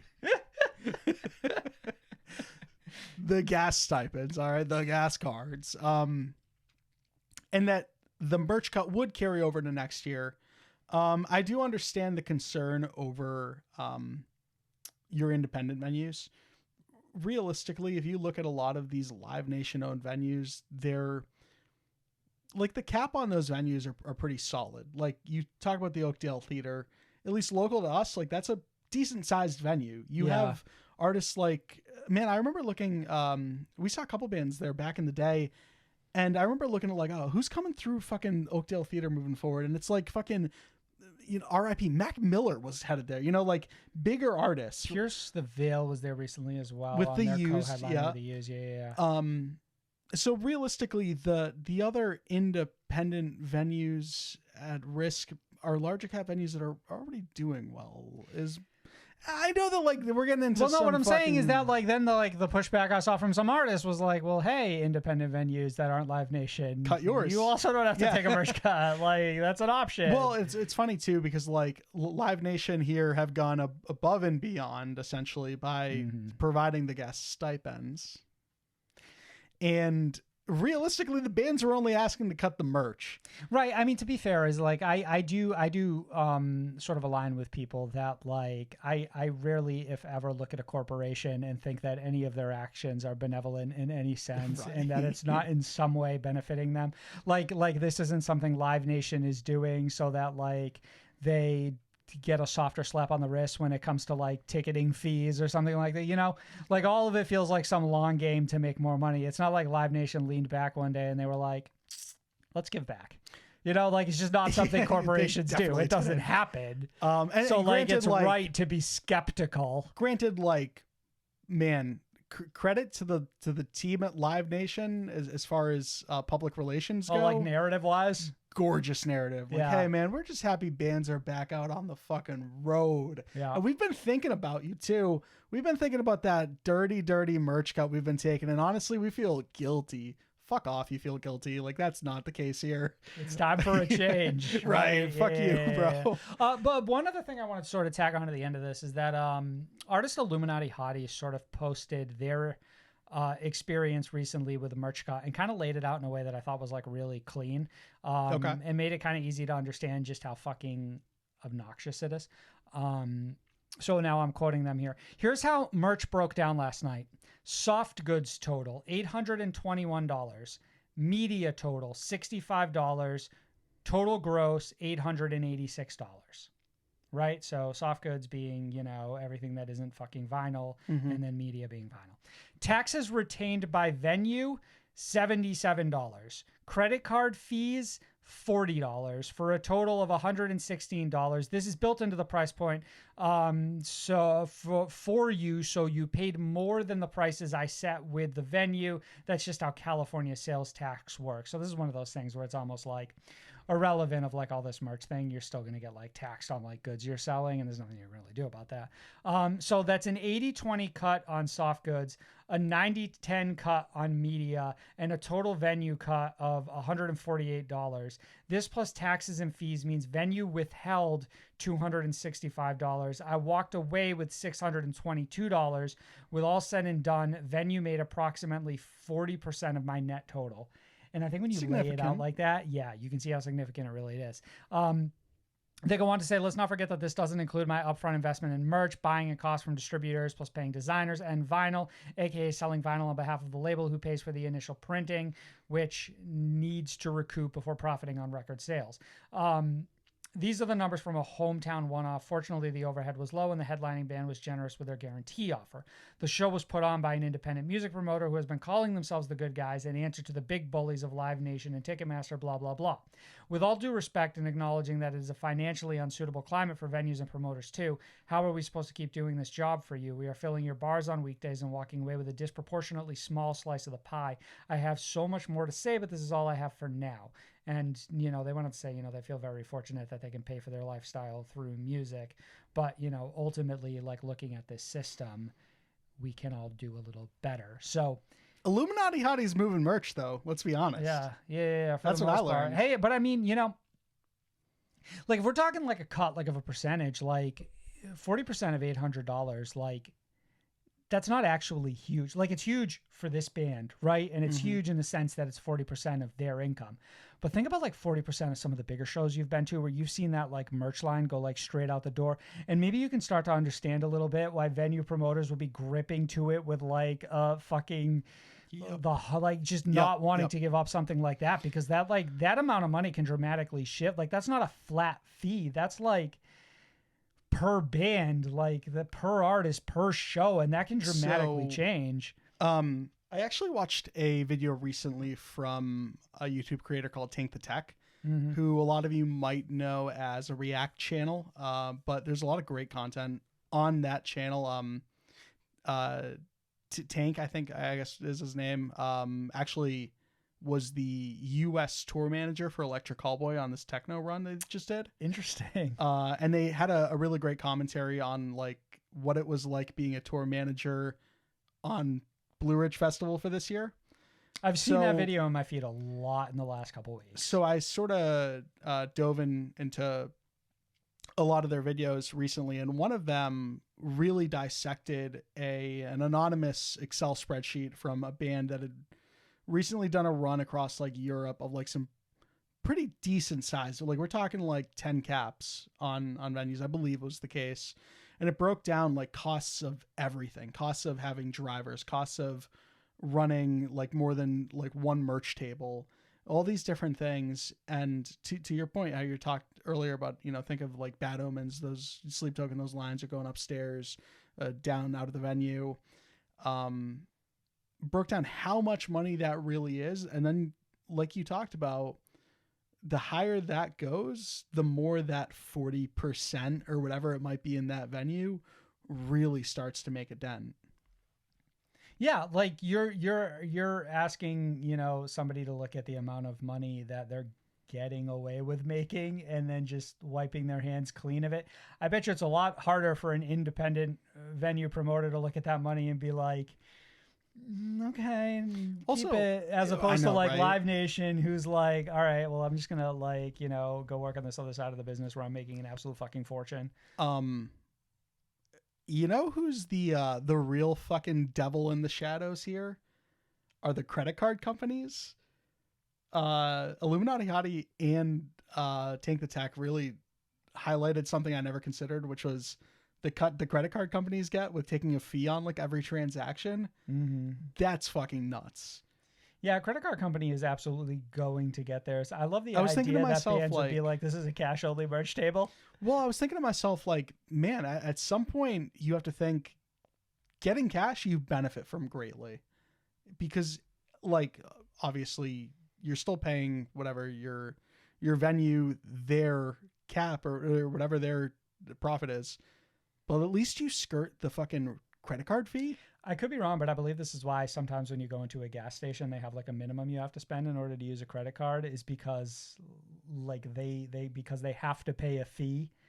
They want you to at least spend a certain amount if you're going to use a credit card. I've never had. You've never had this issue. experience? Because I go in and I fucking Yeah, I let the you money load it up. fly at my Just local like gas arm station. in the fucking like candy section, like just you've got a cart. They're like, what the Bro, fuck? I bring in at least 2 stacks to my local gas Sure. station. Anyway, so this is an interesting development. We'll have to see how it plays out from here, but it's nice to know that at least, you know, something has shaken loose in this sort of like long-standing battle against venues and merch cuts and corporations and all this stuff. You know, this might not be a hard W, but we're going to go ahead and call it a soft W. Well, it's funny too, because I feel like the discourse on this peaked last year, and there's certainly been like discussions about it within the past year, but this feels like something they should have announced last year as opposed to this year. Like, it's strange. Guardian Angel in the Shadows, Willie Nelson was doing the work. Neck Deep have dropped new single, It Won't Be Like This Forever. I'm trying to have some faith and keep it all together, but I'm not sure if I can say I'm feeling any better. And announced their self-titled album hitting January 19th. Vocalist Ben Barlow had this to say on the new record. A return to roots approach. We made this record ourselves at our warehouse in North Wales with Seb at the helm and the rest of us over his shoulder like it was in the start. This album is the sound of us knowing ourselves and knowing our ability. It's unapologetically us. We're professional songwriters now, and we've really honed it. I love pop punk bands, bro. You fucking broke me. You fucking broke me. Finish it. God damn it. And we've really honed in on what we're good at, but it's also about having fun and There enjoying it writing is. these tracks. Yes. And there are those little sonic signatures in the mix that even can't really put my finger All on right, that just all makes it neck right. deep. It happens when we get in a room together and it clicks us just doing our thing like we always have. A bit of yapping there at the end on Neck Deep's part, but listen, the publicist is- told him I need 150 words on the new record, and he got to work. a little bit of AI generated album announcement in Oh there. my god, I love the idea that like bands are like, ChatGPT, write me an exciting statement about a new Neck Deep record. Pop punk is back in a big way. Wales pop punk scene is thriving. I like the we recorded this at a warehouse. like It's almost like, yeah, ChatGPT is just Doesn't know. ad-libbing. Yeah. this is, I feel like, the most confident a band has been calling something a self-titled in a long time. I don't know if I agree, but I do generally like when bands get 4 or 5 albums in their career and they do this hard reset and do like a self-titled. Well, what I mean by that is like this just feels very like there is a vision here. I feel like sometimes a band will just call something a self-titled because they don't know what else to call it. Who could be a band who could drop a self-titled album right now and it would be ostensibly funny? I'm thinking like Fall Out Boy. We're Or it would just be Pissed like, I would what? be. Do you understand how mad I would be if it was My Chemical Romance? It would be It's funny, like, what are though. you guys talking about, bro? You're My Chemical Romance. Don't do that shit. Neck Deep, though, like, I also just a funny band name for Slipknot? self-titled. Fuck Slipknot, bro. Slipneck, though. I fuck with Slipneck. Yeah. I don't know. I don't know. I like the air of this one. Like, I think that it's very, like, okay, this is Neck Deep, and I think that the album art is very loud and obnoxious almost in a really neat way. everything. It just screams pop hey. punk. Yeah. It screams pop punk, and I think this band got some pushback with All Intentions Are Distortional for being maybe a little bit more of like a glossy, sentimental pop record than it was a good old fashioned snotty-nosed punk record. And now they're kind of like reeling it back a little in. I think what's fascinating is that this song, though, feels like it could have been right at home on fucking All Intentions Are 100%, Distortional. 100%. And it coincides with the album announcement. Right. I was thinking, By the way, All Intentions Are Distortional, an album that I really fucking enjoyed. It was never quite understood why other people didn't feel the same way, but I know people get really like stuck in their like taste for a band and their certain like era. I mean, even for me personally, like not my favorite Neck Deep album. It's only because I think the one before it's like the high mark for pop punk ever. Personally, Fair. Peace in the Panic. I don't know. I was thinking at this point we've had 4 singles off of this one. I want to say 3. Because maybe the Fuck You one doesn't end up being on here. I forget what that Yeah, one's called. the Fuck You one is iffy. That could or could not be on here. This might have had a track listing. It did. It did. Fuck. Do I look? That said, you can look. Check it out. I'll That look, keep said, talking. I don't know. I'm really excited about this one. The only catch is that with all these singles and revisiting the Peace in the Panic lately, it made me realize that like I would like to see this band collaborate a little bit more than they happen to. What do you mean? You And just like I to see some fucking features on this? Well, Is that I what guess you're I saying? understand it might not happen on this one just because it was the boys back in the fucking the warehouse in Wales or whatever. We're all alone. Nobody else was around. Yeah. But like think about how goated that Don't Wait feature was with Sam from Architects. Ugh, incredible. And like how it was inspired is what it was. You know what I Yeah. mean? And I was thinking like, man, I wish this band just tried more things like that. And then I would be truly excited for this record. But for right now, I'm looking forward to it. I'm Were you not like like a soft excited yeah, right now? I'm a soft excited. Shut the Fuck Up is not on this record. Bummer. But the track one is called Dumbstruck Dumbfuck. So we're gonna call Fucking let's go. call that spiritual successor. Sum 41 have released new single Landmines off the upcoming double album Heaven Hell. I can't help but walk through your landmines. 10 feet and I'm going out of my mind. I'm not right without you. Is that so wrong? I can't help but walk through your landmines. I'm bleeding and all I need is a sign. Set to be the band's last after the announcement earlier this year that they'd be calling it quits. The release date for the album remains unannounced, as does the band's promised final farewell tour. Recently, vocalist Derek Whibley was taken to the hospital with pneumonia after completing a support slot for the Offspring this summer. He has since recovered, despite there being some concerns he would potentially experience fucking heart failure, which is horrifying to fucking get pneumonia and maybe have heart failure. This one was a bit scary there for a second. Glad to hear Derek has made continues to make a pretty good recovery from this. Pneumonia leading to heart failure is like, that's just an awful combination of words. So obviously he's been through the ringer with like health complications in the past. Yep. So I guess maybe he might be more susceptible to Could be something like an this autoimmune thing, happening. yeah. So I guess I'm surprised here to learn that Heaven and Hell still doesn't have a release date. Yeah, I mean, not entirely. I mean, this is the first single, right? This is the first single. How many It's bands? just weird they announced. I guess you announce it with the album or the there's just breakup so much or whatever. Like, there's the fucking like. Okay, this is the first. Like, we could get 2 more singles. Like, the label could still be working. They're signed to Rise Records now, by the way. Which one is the this a single label- off of? Is it Heaven or is it Hell? This is off of. I believe this is off of Heaven. Okay. Is the impression we were given. They signed to Rise Records. That's new. So I guess there's like maybe some like things to work out there. I mean, in a sense, them announcing that they signed to Rise Records when they released the single is maybe saying that they were still shopping this record around, which would explain why it didn't have a release date attached to it. Bro, Rise Records likes those fucking cougars. I'm telling you, bro. They really do. They like to sort of like pick a band like in their sort of, what is it, twilight years or whatever. If, And like, if Rise Records is gonna do anything in a year, it's sign an old ass band. who's next? Who you got next? Who's Fall Out hitting- Boy. Yeah, love it. Absolutely love it. The fun thing about Fall Out Boy is that like the lowest they'd ever fall is Fueled by Robin. You know what I mean? 100%. Like they would just about it, like they'd be a Decadence band or Right, whatever. Right. Panic at the Disco come back on Rise? I don't know. Could you imagine? I can slightly actually for what it's worth. How did you feel about the actual song? Yeah, I liked it. I didn't like I didn't have that sort of like we were just talking about Blink-182 last week, which was like a fucking that the fuck like it was a lot. was Like it was a solid. lot. This wasn't like the sentimental end of Sum 41 song, you know what I mean?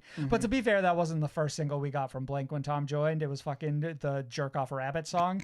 So like here we are, and you know, maybe we're sort of like we're slowly getting into the end here. What I liked about this ultimately, I guess, is that it sounds kind of like I remember this band and not how they've sounded for the last 10 years. If that makes sense. Like Well- someone who's listened to the last like two or three albums, like I haven't been like thoroughly impressed with Sum 41 in They're quite some time. clearly not ready to let that side of themselves go though, because I'm under the impression Hell is going to be that more metal fueled type of sound. That Yeah, they but I explored. even mean like just yes, I agree with you, but like even the punk side of this band has been flat for a long time. A while. Right? So it's nice that like they feel like they've found a little bit of themselves here. Well, I wonder how much of that is, like how much do you really pull from knowing this is the last shot with this act? I mean, I don't know. What do you mean? Like you dust how much off does like that, like, like inspire, like you you break the know? glass case of the riff we never said we like we Right. were saving for a rainy day. I don't know. There could be a lot of those files just kicking around that they're finally sort of putting to use. In theory, with something like a double album, maybe it's one of those cases where it's just like you're trying to please everyone at once. So you're like, okay, well let's maybe we wouldn't have done this if we were going to keep moving forward, but because we know this is the end, let's give them like here's one for the boys, you know. The video for this I think is fun. The videos, Any video where you fart It's- and fire comes out is fun. it's an overall good video. It's a really strange one though, because at some point stuff like what you're talking about just sort of like ends abruptly, and then it's just like the last minute is this band playing Prom of 1998 back at like their old high school or whatever. There is a weird, But, like they didn't know how to transition the video in Yeah. a way that made sense. It's almost like two videos slapped together. And most other videos would just like cut a lot of that together, and like that would make for something. But you're right, this one feels like it's sort of disjointed in that they just sort of squeezed two videos out of one, maybe. I don't know. Yeah, it's like being that the first half of the video is just like four guys, presumably Sum 41, being the world's biggest dickheads. And then it just ends with them going to prom with girls. It's like, how did we get here? Like, why did these girls say yes? Like, someone explain to me everything that's happened in this video up until this Right. point. Marcus, Sleeping with Sirens have hit us with a new single, Don't Let the Party Die.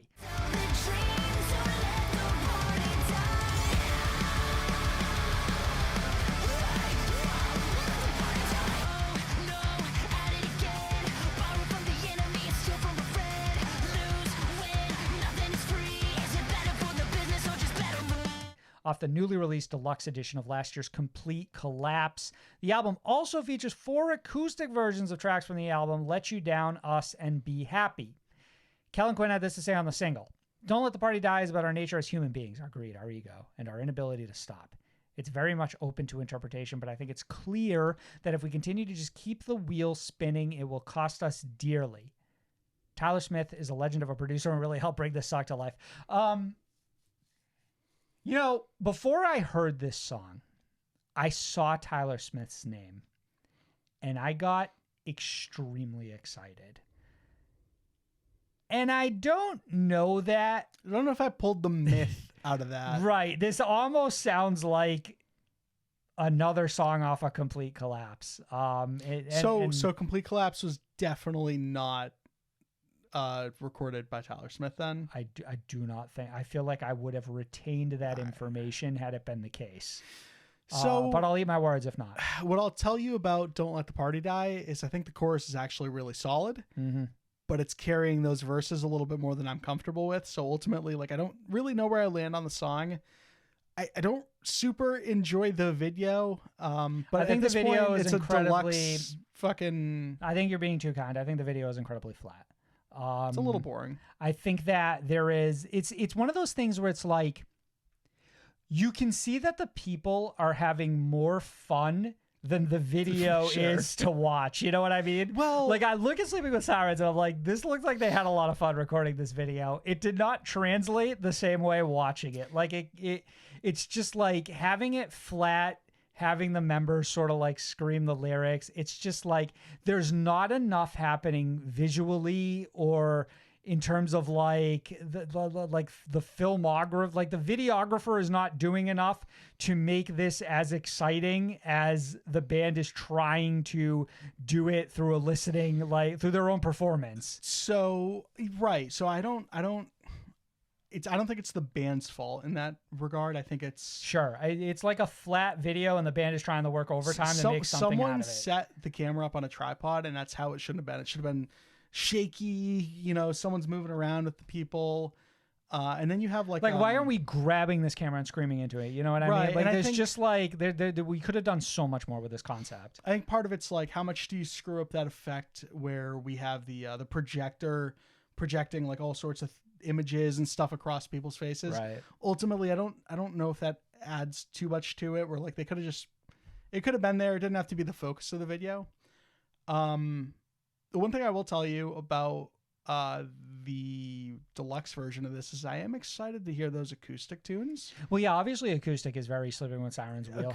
Acoustic is like, that's Sleeping always in their bag. So where I might otherwise dog a band from being like deluxe edition for the songs on the album plus a new song, like, could we not have done when it's Sleeping with Sirens? It's like, nah, this is 4 new songs. Actually. Yes, Sleeping with Sirens, like I always have like count. a craving to hear those acoustic versions because like I just think that's when fucking Sleeping are, I don't know. It's so weird that like, I think of Sleeping with Sirens and I'm like, what's their best album? It's that fucking like acoustic thing they did. Right. Movie. We're gonna say that in views from a movies. fucking We're gonna kiss something or another. Yeah. And obviously you have like, you know, the Rabbit song on there, and it's like that's the Sleeping with Sirens that I really fuck with. So I hear like acoustic and my ears just go up. This brings me to another point, which is like, Sleeping with Sirens keep doing this thing where they're heavy, but they're not. And it's like really infuriating in a weird way as someone who's like, off air, you said like, something more specific. What was it? It was that this band has a lot of breakdowns and pretty much 0 of them are memorable. Right. It's just like, it's not their thing, but yet they're committed to like integrating it into their material for the end of eternity. It's like that's where I need Myth to really work as magic. Yeah. Like this is where I turn 12 different knobs on the fucking production board and like, so there's a fucking like a shotgun blast and like. Could collaborate with Smith. And then when the time for the breakdown part comes, all of Sleeping with Sirens, stand up, walk out of the room. Yeah, all right. Smith, come back 20 minutes later. Let me tell you how to produce a song, Smith, real quick. Just like, give me a little lesson. No. I'm sorry. I don't know if it's like label stepping in or something. But you think like, the label stepped in and said, tone this breakdown down? That would be hysterical, actually. Tone it down. We don't want any of that cool shit you've been doing with these other artists. Sumerian's like, this breakdown's too loud. It's too loud. I forgot they were on Sumerian. They're on Sumerian, bro. Sumerian Records. Get fucking pull Icy Stars in. You're right. Writing session, you know. God, I would a Devon Oliver feature would go along with. Right. Ellis Dunes have released the official music video for Old Wounds.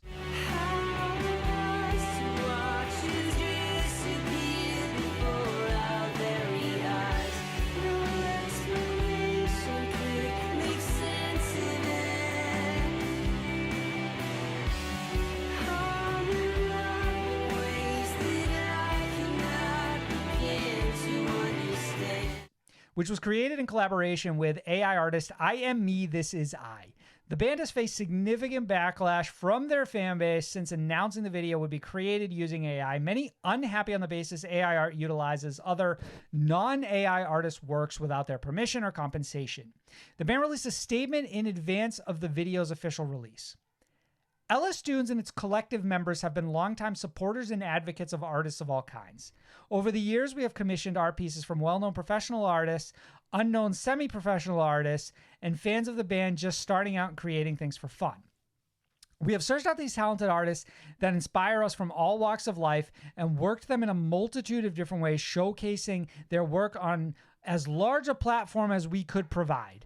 When we saw the images created by I Am Me, This Is I, we knew immediately this was the artist we wanted to work with to make the visual accompaniment for our latest original song, Old Wounds. At its core, this is a song about intent and what role it plays in the perception of good and evil. The conversation surrounding generative art draws a parallel to that in many ways. It's clear that our creative vision for this particular video has sparked a dialogue of opposing views and got people thinking and talking and feeling without even seeing the entire video. Isn't that what art should do? I would have read it, I am Methasy. I know you would have. I know I would have, yeah. I know I would you have. Yes. What do you give me general feelings on this whole situation? The song, the video, the everything. Is on the fence. That's where I'm at. Okay. Interesting. I'm going to sit here on the fence because I don't truthfully have the strongest feelings about this. I do think that AI is a very dangerous tool. And I think that there is a lot of gray area as far as what constitutes like art in this capacity. Like, what is an AI artist? I know a lot of people would say that's not a thing, right? Mm-hmm. But I also, like, in my heart of hearts, like this isn't like the gut punch. Seeing LS Dunes release an AI animated video is not the gut punch for me that it is for others. And I don't know if that's because I am detached from the damage that something like this could do, or if I don't fully respect that damage. I don't know. I'm just sort of like, I don't know. Trust me, there's some fucking war crimes that can come out of this. We all saw those Ask Alexandria videos earlier this year. I mean, that's a fascinating part of it, is like you point out that, like, what's interesting to me is the visceral, like the incredibly strong reaction that LS Dunes fan base had to this. And like, you go look at Twitter, like they ratioed the fuck out of all of these posts, like embarrassingly, like hard ratioed the fuck out of these posts. And essentially all of the quote tweets were along the same lines. It's like, not into it. Like, truthfully, not into it, not feeling it, but we didn't see this same reaction with like a lot of the other bands that you and I have seen, like Peripheries drop these videos, Asking Alexandria drop these videos, Linkin Park fucking dropped these videos, though I know they had like a stipulation in there that was like, this is like an AI creation of these artists' specific art, right? Okay. And you know, we watched all those videos and we criticized, you know, specifically the Asking Alexandria ones as being almost unbearably unwatchable. And like, we can't even fathom why someone thought it was a good idea that this looked good, right? This is different than those videos. Like, when I watch this, I don't immediately go, this sucks. Like, I don't see this AR video and think that it's just like a dumpster fire. Like, I think it's visually interesting. You know what I mean? Right. Well, so I think ultimately, like, that's why I'm on the fence, because I'm not going to die on the hill of defending this video, because ultimately I walk away from it and I think there's cool art in there, but ultimately I don't think it's that compelling of a watch. And ultimately it's a really distracting video. Right, because like I walk away from the work was not worth the backlash for this. You know what I mean? And I walk away from it and I'm like, oh, I spent more time paying attention to like whatever that spaceship would turn into, or whatever that angel demon would eventually evolve into, instead of listening to the fucking song. And instead of like just releasing like their first video, which was I think just like a black and white thing and just the band performing. No, I mean, I don't know if I agree with you on in this like kind of argument, because I feel like you can make like I feel like you're just making the case against video shouldn't be that compelling because otherwise you get distracted. No.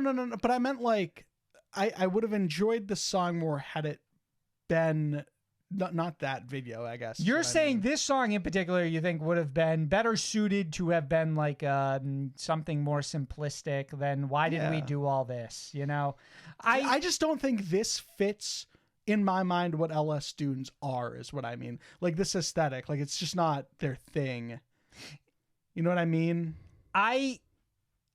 I think that maybe our view is slightly tainted by all of the discourse around this, where it's almost hard to look at it outside of that, where like maybe we wouldn't have had any sort of strong feelings about it had we not seen like the fan backlash to it and come into it with that sort of perception. Ultimately, we wouldn't have talked about this on the show, is what would have happened. I think that's a fair point, to be honest with you. Because it's also not that good of a song, from what I did catch. Okay, well, to be fair, I kind of enjoy the song, so like I'm not 100% in line with you here. I want to touch on maybe some of the comments a little bit, because I think it paints sort of a better picture of exactly why the fan base was upset by this. So one commenter, Lexi, had this to say, it's not so much a chatter of opposing opinions. Saying you support artists and their authentic work cannot be true while simultaneously endorsing generative art, which is entirely based off of stolen work. Just so disappointing. Another fan, Ash, said, it's not a difference of opinion about art, it's theft, pure and simple. Other people made the actual art that this person threw into a blender and then claimed that they made the resulting mess. If I put your album through auto-tune, do I get to claim I wrote it, sang it, and played it? I don't like that last bit. I feel like the conversation sort of falls apart. Really? Because alternatively, I think it's actually a strong argument where it's, if I go in here and if I take an LS Dunes album and I mix it all together and like it sounds like Anthony and these guitars sounds like these artists, but like I've changed some of the words, is it my song now, or did LS Dunes do all the work and I typed in what I wanted it to sound like? You know, like these are like the arguments against sort of like all of this AI stuff, which I'm gonna be honest with you. I actually have like honestly. You up on the fence with me, baby? No, I have a strong negative reaction to AI art. I just do. Yeah. I just don't like. I see people's arguments against it. I see the moral argument against it. I see the personal arguments against it from like as someone who like follows a lot of like artists and stuff like that, and seeing them sort of like speak to this and speak against this. Like I just feel like I get it, and then like strip all that out. I just look at AI art and it feel like once I know it's AI, it just has no soul to me. You know what I mean?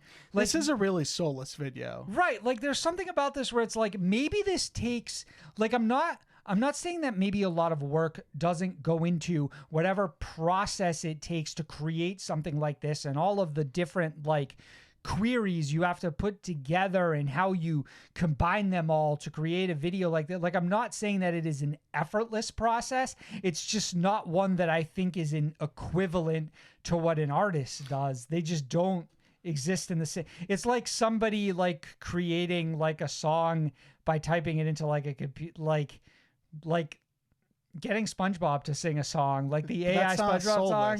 That's not. That's actually. Have you heard? I think it's, I believe it was Patrick singing He Wants to Swing from the Chandelier. Actually, to be fair, it's gorgeous. It's hard. It's moving. You're right. So I don't have enough information to actually make this argument. I actually, listen, one of my favorite songs of the year is the AI Drake Weekend collaboration. So ultimately, I don't have this. I don't know. I think I just like the most chaotic from like option. A novelty perspective, like something like that. I could go, okay, it's cool that someone was like able to like prompt and get something that sounds like The Weeknd meets Drake or something. You know what I mean? Like it seems cool. Like in the same way that early AI was fun, where we all would type in like, what if the Queen was wearing Balenciaga? You know what I mean? That for me feels like a strong rationale. But when you start going, okay, LS Dunes went to make a new video and they paid an AI artist to make it for them, I'm like, I can understand why a regular artist would look at that and be like, Cool. So all of this work I did that fed this machine, that taught it how to make art, now goes to making somebody else's money. Awesome. Super cool. You know what I mean? That part definitely. Well, that's, I feel like, what the argument is from the majority of the fan. Like, that's what I feel like they're saying. I'm gonna be like, real that's with what they're everyone. saying. Sometimes that's just like the most chaotic option. I know. But you I understand. You were right though when you said that once you know a video is AI generated, then it loses all of its soul. And I think that's how I look at this video. And this is what I was saying earlier when I was like, that doesn't fit what I understand or understood LS Dunes to be. That is, to me, a very authentic, genuine project, a labor of love from all of these, a super group that wanted to come together and just make things together. So you would figure all of those decisions would come from that place, which is why you would expect a band like LS Dunes not to partake in the fuckery that is AI art. And this band is down bad like twice in a row now, because if I understand correctly, their last video, which was some sort of like conglomeration of like stop motion Lego animation, was taken down by like the Lego's parent company, like DMCA'd the video. This has got to hurt for I almost called them Circus Survive for LS Dunes. I know. Where it's funny, you can go out and make pay someone to do a really creative video where it's stop motion, whatever. And then that gets shot down and you're like, well, fuck you. I'm going to invest nothing into this. And it's just going to be a fucking AI art video. Then I could see if that was their fucking approach this time around. Yeah. Because I would be pissed about it too. It's,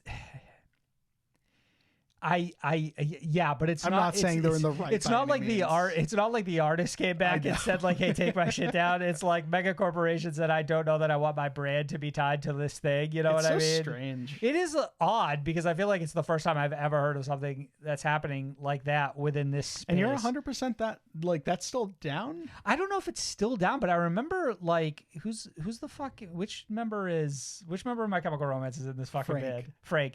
He wrote like a long thing that was like, me and my family have been building Legos for years.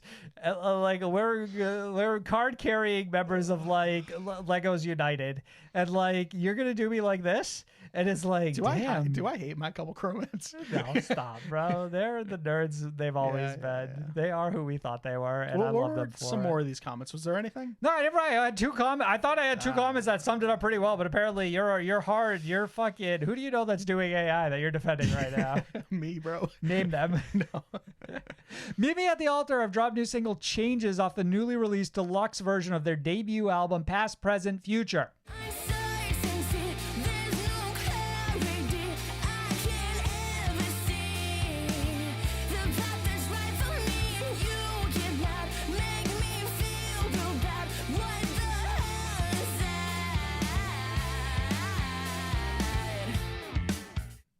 The album also features new tracks Give It Up and Strangers, as well as the Freaky Friday cover Take Me Away. The band is teasing a special announcement coming this Tuesday, October 3rd, which I am presuming is a tour announcement.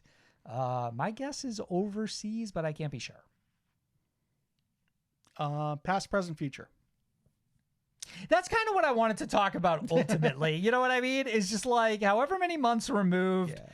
What amount of time have you spent thinking about that record? 0. And I remember being pretty high on it at the time. Same. I was not. I know you weren't. And it's just really frustrating because Meet Me at the Altar felt so promising, and now I'm like 6 months removed from their record, and it was like, oh yeah, fuck, Meet Me at the Altar.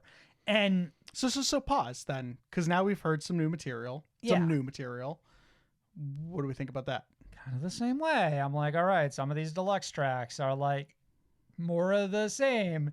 But then I heard Changes and I'm like, okay, like this is a little bit of like, I see something here. A little more like, your speed. This feels like this style really aligns with this band. I think it really works well for them. And I find it 10 times more fascinating than a lot of the sort of... It's got like this weird 90s alternative vibe to it. That's been in. And it feels a little more instrumentally driven than it feels like big old pop chorus. it feels like it has more personality than I think a lot of the tracks on this album had. Like, I would immediately say Changes is arguably one of the best songs on this album by a mile. You know what I mean? Okay. And it makes me once again a little more hopeful in a way that, like, okay, I never wrote Meet Me at the Altar off, but I certainly lost a lot of my enthusiasm for them after hearing that album. And it's nice to have a little drip feed of something to start to bring me back in and go like, all right, it's not like all is not lost here. Like, still a cool band, still interesting ideas, still doing interesting things. It's a shame the album didn't come together, but maybe I'm starting to see what could go on to be a good next follow-up to this. So those feet aren't quite as cold, are they? That's precisely it. How'd you feel about You're thinking this? you might meet them at the altar. How'd you feel about this? I do like this track. When you pointed out like the new aesthetic that they had between like the 90s driven sound and maybe even like the filter they applied to the video to really drive that home, that's when it sort of clicked for me. And I was like, yeah, hey, this song it's a little different. I like that.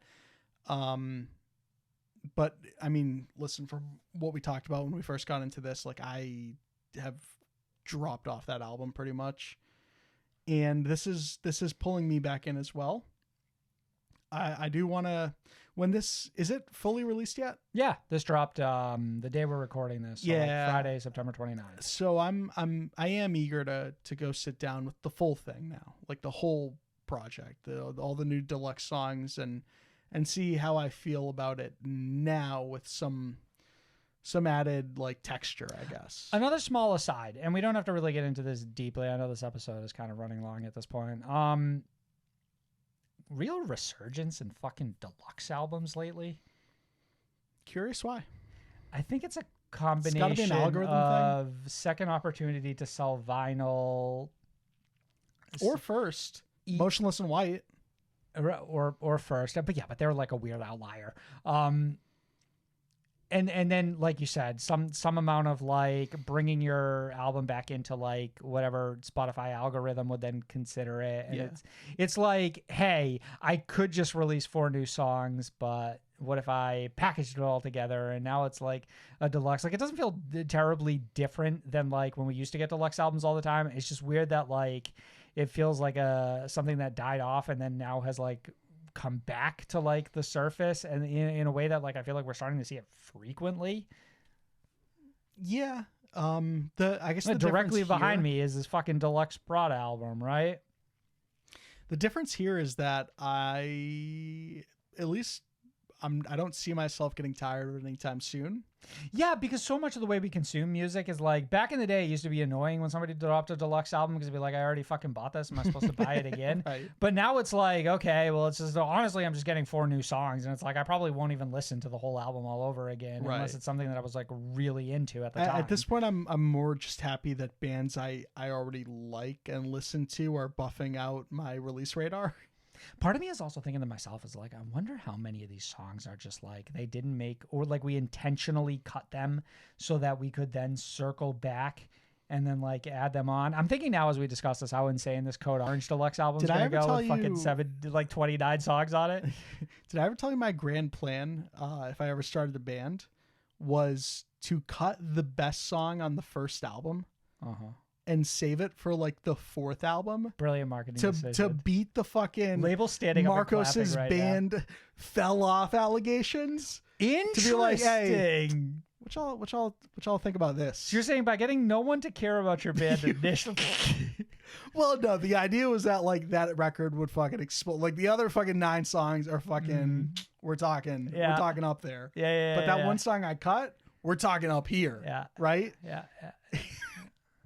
Lil Lotus. Lil Lotus is back with new single Nosebleed, the title track off the new album of the same name, dropping December 1st. Nosebleeder, I taste the cocaine on your tongue, you hardier. You're always loving off a bone. Keep all your love inside a baggie in your pocket. You say that you love me, baby. I don't think you know me at all. The album includes collaboration with the likes of Mod Sun, Sophie Powers, Sace 6, Alexis Monroe, Luke Holland, and Kennedy XOXO. Lotus on the new track. Nosebleeder symbolizes just being drained when it comes to life and everything that comes with it. Sometimes it can be the people that you're surrounded by. Sometimes it can just be completely internal.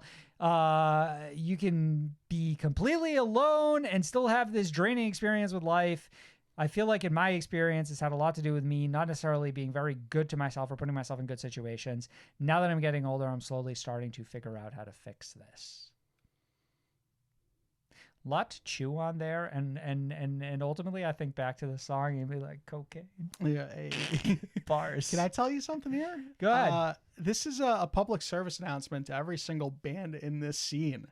December 1st is officially your cutoff point for consideration on any end of year SOTS thing. Respectfully, we're not doing December this year. It's like Lil Lotus getting one in right at the finish line with the 1st of December.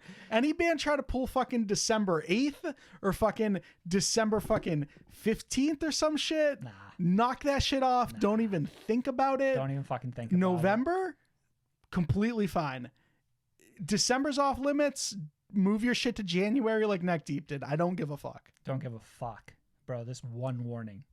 One warning. I'm not going to repeat myself. Literally, calendar ends on December 1st. I really like the visualizer for this, which is just like Lil Lotus hanging out in a hospital room, sort of like bouncing around kind all of over going the fucking place. nuts. Yeah. And then you got like the lyrics in a really cool like font or like whatever. this like sort of like scratched out script font or it's very something stylized. It's very cool looking. Yeah.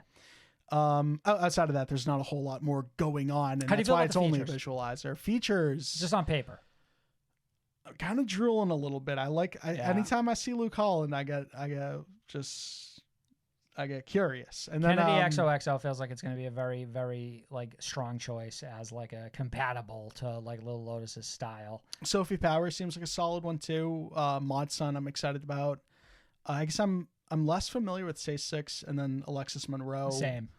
But we could walk away, bro. December 1st hits, and we're reviewing this album. Those could be my favorite 2 features. That's what I like about an artist like Lil Lotus, where I think that they can fit into so many different genres that I don't know what those 2 artists sound like, but I feel like whatever track they might end up on could be one of those things where they just highlight everything really well. And do you feel like the most exciting part of an album announcement now is something like the feature Guest rollout? features, yeah, baby. a little bit, right? Like I think it's such an 100%. exciting way to roll out the album is to like be like, hey, new single, album art, track list, but almost most importantly, the 4 to 5 features that are going to be on this album, yes. right?